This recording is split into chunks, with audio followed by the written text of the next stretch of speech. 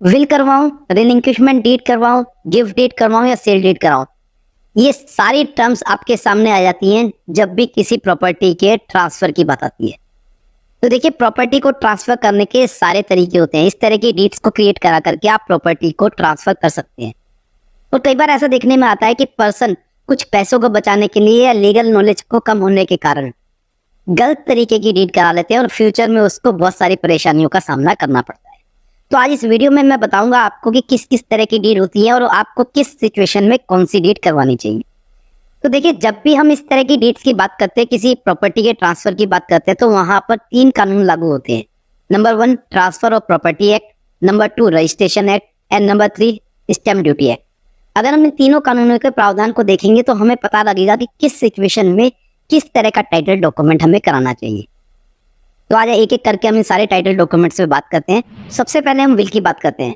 तो विल एक ऐसा डॉक्यूमेंट होता है जहां पर पर्सन अपने मरने के बाद उसकी प्रॉपर्टी किसको ट्रांसफर होगी, ये उस डॉक्यूमेंट के अंदर बताता है।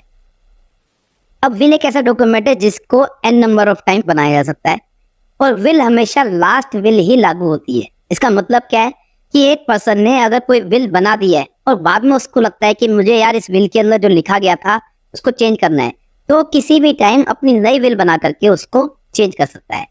हमेशा जो लास्ट विल होती है किसी पर्सन की, उसके मरने से पहले जो उसने लास्ट विल लिखी होती है, उसी को उसकी जेन्युइन विल माना जाता है। जैसे ही वो अपनी लास्ट विल लिखता है, उससे पहले की लिखी गई सारी विल खत्म हो जाती है।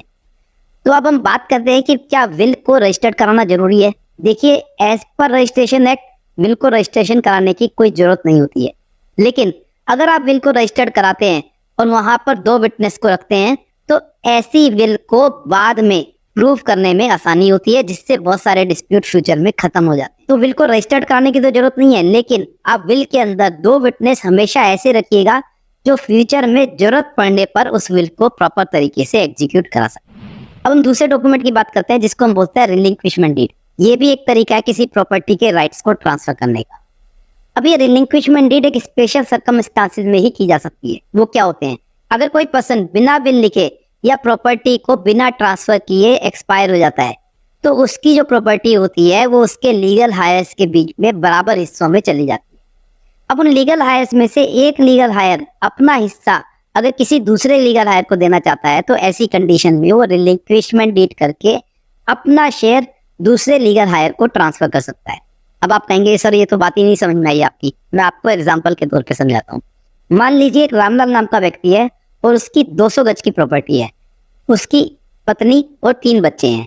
रामलाल बिना कोई विल लिखे या बिना किसी तरीके का ट्रांसफर करे प्रॉपर्टी का एक्सपायर हो जाता है और बाद में उसकी प्रॉपर्टी जो 200 गज की प्रॉपर्टी थी वो उसके तीनों बच्चों और उसकी पत्नी के नाम बराबर हिस्सों में चली जाती है। अब उसके तीनों बच्चे चाहते हैं कि हम अपना पूरा हिस्सा जो है वो अपनी माँ के नाम ट्रांसफर कर दें। तो तीनों लीगल हायर जो तीनों उसके बच्चे हैं वो अपनी मदर के नाम रिलिंक्विशमेंट डीड करा करके अपने हिस्से को मदर को दे सकते हैं। इसी तरीके से कोई भी एक ब्रदर अपने हिस्से को भी दूसरे ब्रदर को रिलिंक्विशमेंट डीड करा करके अपना हिस्सा दे सकता है। तो ये जो डॉक्यूमेंट होता है इसको हम रिलिंक्विशमेंट डीड कहते हैं। As per registration act relinquishment deed को रजिस्ट्रार कोर्ट के यहाँ रजिस्टर्ड होना बहुत ही जरूरी होता है। तो रिलिंक्विशमेंट डीड मैंने आपको बता दिया एक ऐसा डॉक्यूमेंट है जिसको रजिस्टर्ड कराना जरूरी है, लेकिन यहाँ पर जो स्टैम्प ड्यूटी होती है वो बहुत ही नॉमिनल होती है, जिसको आप पे करके अपना हिस्सा अपने किसी लीगल हायर्स को दे सकते हैं। तो नेक्स्ट डॉक्यूमेंट है जिसके थ्रू आप प्रॉपर्टी को ट्रांसफर कर सकते हैं, वो है गिफ्ट डीड। गिफ्ट डीड एक ऐसा डॉक्यूमेंट है जो कोई भी पर्सन अपने जीवित रहते हुए अपने ब्लड रिलेशन में अपनी प्रॉपर्टी को ट्रांसफर कर सकता है। गिफ्ट डीड कराने का कुछ फायदे होते हैं।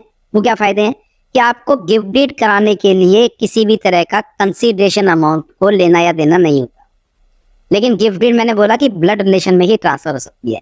जैसे अभी रिसेंट में आपने सुना होगा कि अमिताभ बच्चन ने अपनी लड़की को अपनी एक प्रॉपर्टी ट्रांसफर करी थ्रू गिफ्ट डीड। और अभी कुछ दिनों पहले मीडिया में बड़ा ही फेमस रहा एक मामला था जो गिफ्ट डीड का ही था, जिसमें रेमंड्स के जो मालिक थे पहले सिंघानिया, उन्होंने अपने बेटे को अपनी सारी प्रॉपर्टी गिफ्ट कर दी थी और बाद में उसके बेटे ने ही अपने बाप को घर से बाहर निकाल दिया था। तो गिफ्ट डीड एक ऐसा डॉक्यूमेंट है जहां पर आप अपने जीवित रहते अपनी प्रॉपर्टी को अपने ब्लड रिलेशन के किसी पर्सन को दे देते हैं। तो जनरली जितनी भी बातें करते हैं कि हम विल कराएं या गिफ्ट डीड कराएं, तो जनरली यही बोला जाता है कि बुजुर्गों के लिए कि उनको गिफ्ट डीड नहीं करानी चाहिए, उनको विल कराना चाहिए।